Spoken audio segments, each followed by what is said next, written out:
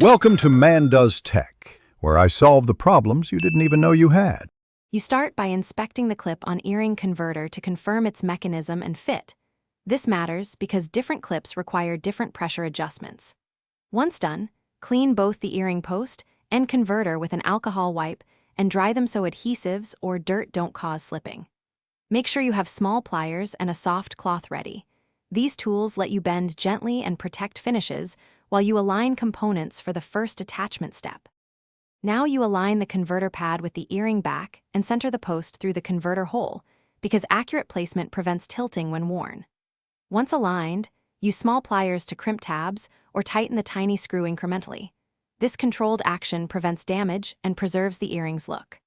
After each small adjustment, open and close the clip 3 times to check movement and tension, making sure it grips securely yet remains comfortable on your earlobe.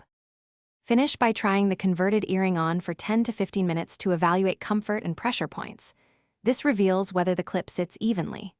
If you feel numbness or pinching, loosen the clip a quarter turn or slightly open the jaws for relief, whereas if it slips, tighten incrementally. If problems persist, swap to a different converter type or add a small silicone pad for cushioning. This simple change often solves fit issues without harming the earring. Thanks for watching.